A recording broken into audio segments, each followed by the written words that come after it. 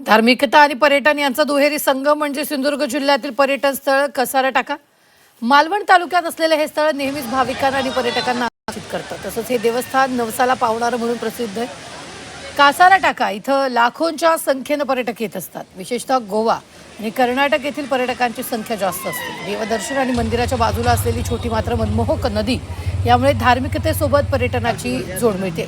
याचाच आढावा घेतला आमचे प्रतिनिधी उमेश परब यांनी.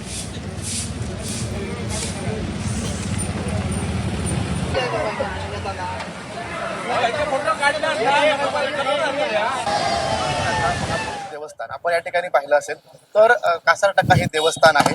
गेली अनेक वर्ष त्या ठिकाणी या देवस्थानाच्या ठिकाणी अनेक पर्यटक जे आहेत किंवा भाविक जे आहेत ते मोठ्या संख्येने येत असतात. विशेषतः गोवा आणि कर्नाटक येथील लाखोच्या संख्येने पर्यटक जे आहेत भाविक जे आहेत ते या ठिकाणी येत असतात. आणि अगदी याच देवस्थानाच्या लागूनच वरच्या दिशेनं एक नदी आहे. त्या नदीमध्ये अगदी आंघोळीचा पर्यटनाचा वर्षा पर्यटन देखील मनमुराद आनंद लुटता येतो. आपल्यासोबत या ठिकाणी काही भाविक पर्यटक आहेत. आपण त्यांच्याकडे जाणून घेऊया.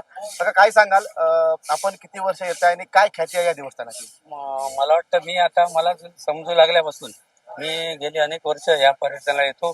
आम्ही इथे हे कासारटाका हे देवस्थान असं आहे की नवसाला पावणारं आणि इथे नवस केल्यानंतर कोंबड्या आणि बकऱ्याचा नैवेद्य दिला जातो. त्या भक्ष्य दिल्यानंतर इथे त्या नवसा फेडण्याच्या पलीकडे जाऊन पर्यटन सुद्धा हा इथे मुख्य उद्देश असतो. उमेश परब, झी मीडिया, सिंधुदुर्ग.